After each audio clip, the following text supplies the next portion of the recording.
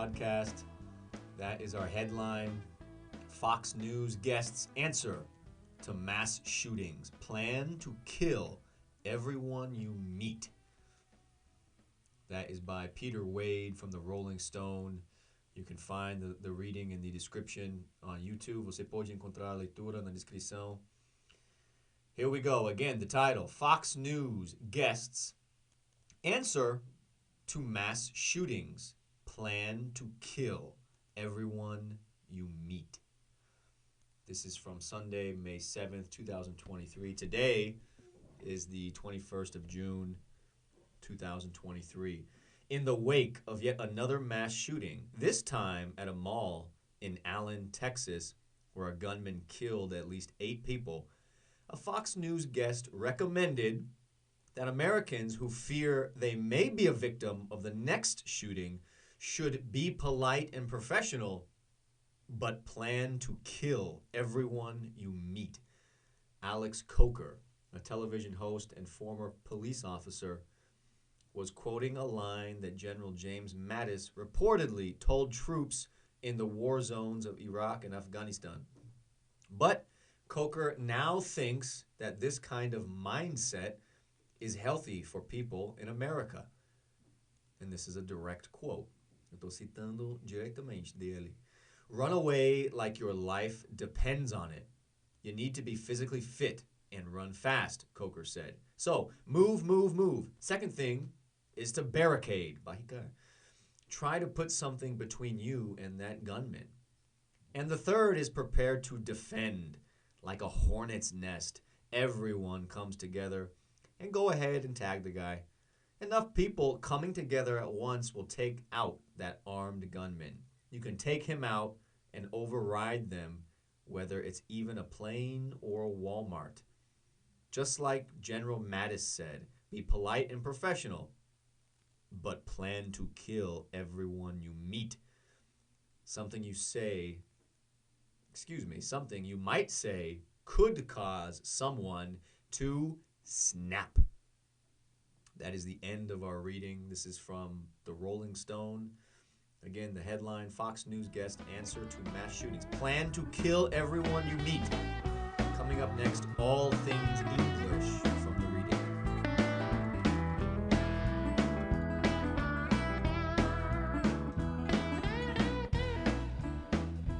Fox News guests answer to mass shootings.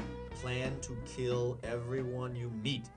That was our headline. Você pode encontrar a leitura na descrição. In the wake of something. This is the first sentence, the first expression in the sentence. In the wake of yet another mass shooting.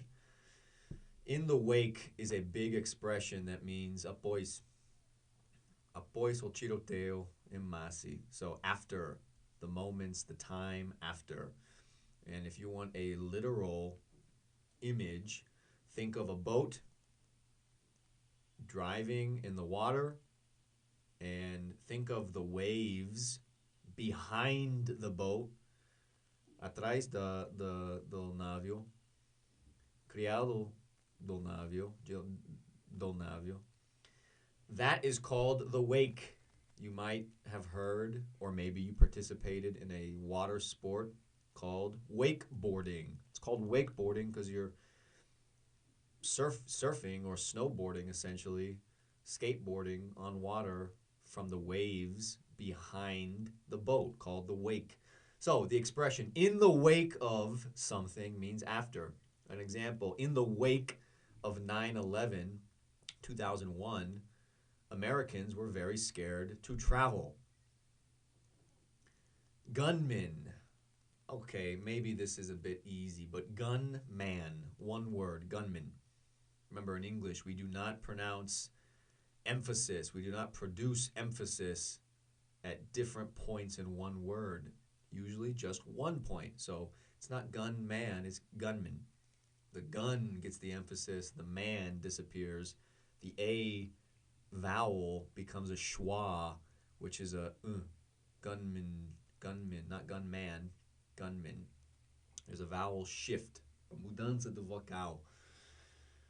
A gunman is a man with a gun. It could be a woman. It usually is not, but it could be any person who has a gun and is using it. Usually this is for a killer, a murderer, a criminal, or atirador. To fear. Americans who fear they may be the next victim of the next shooting. To fear something is para ter medo. To fear. F-E-A-R. We can use the other word for fear, right? The adjective. Fear is the verb. The adjective is to be afraid. So to fear something is to be afraid of something. To quote. To quote. Alex Coker, a television host and former police officer, was quoting Q, as in quit or quiet. Q-U-O-T-E is the infinitive. Quoting was ing, though. To quote is citar. So Alex Coker was citing a military general when talking about civilian normal life. That's who he was citing or quoting. In English, we have the verb to cite as well, C-I-T-E. Not S-I-T-E, not S-I-G-H-T, which is also pronounced cite. C as in cat, C-I-T-E, cite. Troops. James Mattis reportedly, allegedly, alegadamente, told troops in the war zones, troops are just soldados, soldiers. To be fit, you need to be physically fit and run fast. To be fit, F-I-T, to be in good shape, good health, physically capable, precisa ter fisicamente apto, ou precisa ser fisicamente apto, né? Barricade. Second thing is to barricade. Try to put something between you and the gunman. To barricade, barricar, to create a wall, a separation for protection. A hornet's nest. Like a hornet's nest, everyone together. Everyone comes together to kill the gunman. That's insane. But hornet's nest. Ninho de vespas. Ninho de vespas. A hornet's nest. To fear. Americans who fear gun violence. We did this already. Ter medo de violência armada. To tag someone. Go ahead and tag the guy. Tag means to kill. Matar. Pode matar o cara. To override. You can take them out, kill them, and override them, whether it's even a plane or a Walmart, an airplane or a Walmart. Whether it's an airplane or a pão de açúcar or uma escola. To override is to destruir, destroy. I don't believe he used the word correctly. I think he means to overpower them. Override, it doesn't fit here well. So whoever this native speaker is, this Alex Coker, he's not great at vocabulary. He used the wrong word, and that happens, right? But, he's on TV and he's talking about overpowering, right? To use more power than a gunman, presumably to get the gun or to stop them from killing people or continuing to kill people or killing you. And finally, to snap. And I'm going to read the entire last sentence again. Last two sentences of the reading. Be polite. Seja educada, profissional. Be polite and professional, but plan to kill everyone you meet. Something you might say, alguma coisa que você pode falar, dizer, pode causar alguém to snap, to estourar, enlouquecer, to lose their mind, to lose control, to freak out, to break emotionally. And in the United States, people who break emotionally are absolutely allowed, permitted to carry guns. And that is all for All Things English. Coming up next, questions and conversation about guns and gunmen and mass shootings. What's it like to be a Brazilian at this time?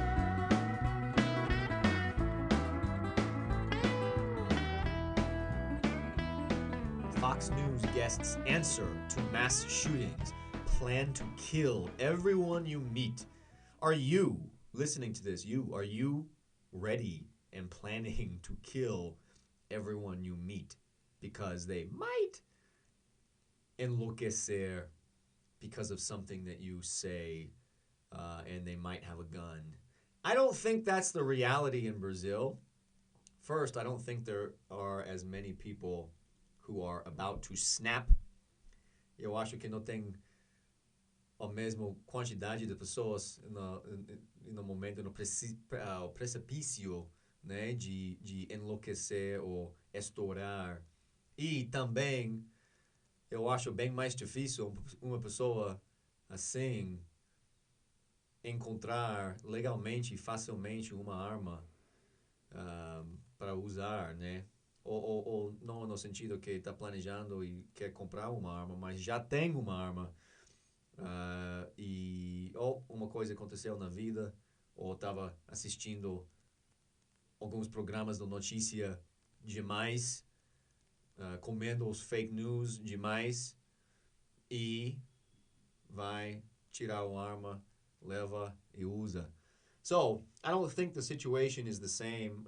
Certainly, statistically, it's not the same. There's not as many mass shootings anywhere in the world. This is a uniquely American problem. We're not talking about gun violence, right? We're not talking generally about violência armada. Não estamos falando de matar en masse, right? To kill a lot of people in one moment. That could be for many different reasons. It could be gang violence, gang retaliation. It could be, and that might be more common in Brazil in some areas. It could be police militias, right, in Brazil. We don't have that in the U.S., not in the same sense, right? You don't read, in the United States, you don't wake up and read about police raiding a neighborhood and killing 30 people or 20 people or 10 people. No, you wake up about them killing one person in the street with no gun. So similar, not the same. And in the U.S., you do wake up, and many times I've woken up to news of mass shooting. Oh, okay, got to click on the article to find out how many people are dead. Is it still happening? Is it a live shooting, or is it over? Was it a church this time, a school, a grocery store, a club or a discoteca? What was it? Where was it? How many people? Oh, they were targeting gay people. Oh, they were targeting black people. Oh, they were targeting old people. Oh, they were targeting Asian people that they think are Chinese, but they're Korean or Japanese, or they're targeting someone for some reason. I don't see that happening in Brazil. It has happened, right? That's our present perfect. It has happened. But it is not happening frequently. It does not happen, although it has happened. So, question number 1. Generally, are you ready to kill another human being in any moment? Think about it. You're at the grocery store. You're at Pão de Açúcar. E você está ficando na fila. Você está ouvindo clac, clac, clac, clac. Ou você está na fila e você está observando que alguém atrás de você ou em frente de você está preparando tirar uma arma, mas ele talvez não ficando na fila, né? Porque no Brasil talvez você está preparado para ver alguém roubar o Pão de Açúcar, mas não estamos falando disso, de roubar, né? Isso tem, no mínimo, algum sentido de ganhar alguma coisa, tem que, fazer um crime, né? Para ganhar, para roubar. Não está justificado, mas tem uma lógica do criminal, eu estou falando, mas eu estou falando mais de você está no corredor, no Pão de Açúcar, olhando, decidindo o que você vai lá levar para casa, né? Escolhendo isso ou essa, e em frente de você está olhando alguém, observando alguém tirar uma arma e clac, clac, clac, clac, clac, matar pessoas de graça, sem pretensão roubar, com pretensão de só matar e preparado para se suicidar, né, no fim. So, what do? Are you ready to kill another human being in any moment? Se você geralmente está preparado matar outro humano em qualquer momento. Isso foi o conselho da cara na história que eu li. What do you think about the general idea that citizens in everyday normal life should be thinking and preparing to kill their neighbors? So, mais reflexão. The first question was about you. Are you ready? Do you think you are ready to kill someone in a moment? The next question is about the idea. What do you think? O que você acha sobre a ideia que os cidadãos, no dia a dia, vida normal, deveriam ficar pensando e preparando, não planejando, mas preparando para matar um vizinho? Do you think that is a positive, constructive, good idea? Because that is the advice of the person speaking. Hey, you got to be ready, always in normal life, to kill someone next to you. In your opinion, is this a fair price for allowing people to own guns, to own anything? Em sua opinião, você acha que isso é preço justo para permitir pessoas ser donos de armas ou qualquer coisa? Né? Preço justo. O preço é o quê? Que você tem que ter pronto, preparada para matar seu vizinho.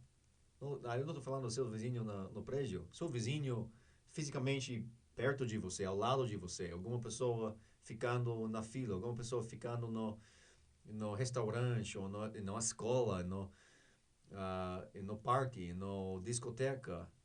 Você está pronto. Você está pensando que essa pessoa talvez tenha uma arma e tem vontade de só usar para matar sem vontade de sobreviver a essa ocorrência. Sem lógica, né? Ele está fazendo coisas sem lógica. Sem incentivo. Só matar. What do you think, or why do you think, not what, no, okay, no, por quê? Why do you think some people prefer civil life, civil society to be like war zones of Iraq and Afghanistan? Por que você acha que algumas pessoas preferem sociedade civil ficar como zona de guerra de Iraque e Afeganistão? Why do you think some people are thinking this is the way, it's just the only way, this is how it must be? And we prefer it that way. It doesn't have to be that way necessarily. We have legislators. I mean, in Brazil, it's not that way. People are worried about being robbed, but people aren't. As pessoas, eu nunca tive uma conversa com alguém no Brasil pensando ou falando que, quando eu entro em um lugar, imediatamente eu estou olhando as saídas, porque é comum. Talvez não especificamente nesse lugar, mas é comum, acontece, às vezes, que alguém entra com uma arma só com pretensão de matar. De novo, eu não estou falando de roubar. Você pode dar suas coisas, né? Aqui, meu celular, meu dinheiro, oi, tá tudo bom. Não, por favor, toma. Não. Só olhar e matar. Por que as pessoas acham que isso deveria ser normal? E por que o resto de sociedade que não liga para ter uma arma na casa, por que eles e nós deveriam pagar esse preço por as pessoas que querem ficar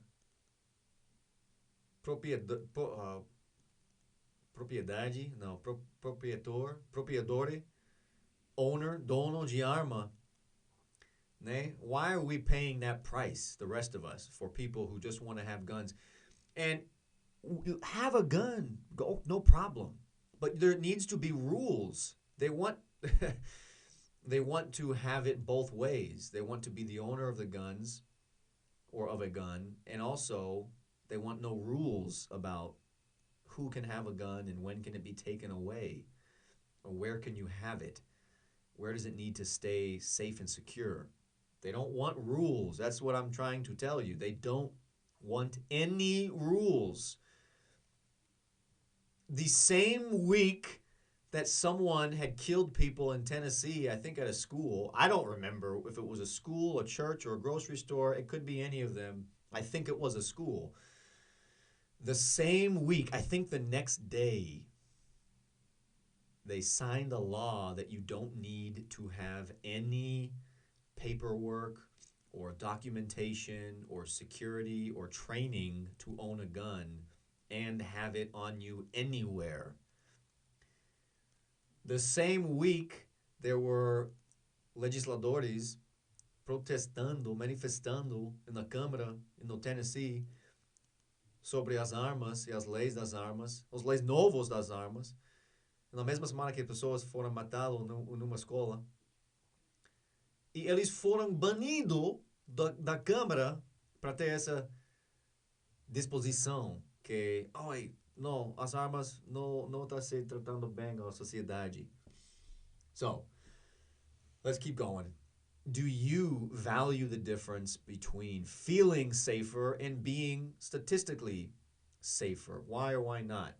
Se você valoriza a diferença entre sentindo mais seguro e sendo estatisticamente mais seguro. Por que sim ou por que não?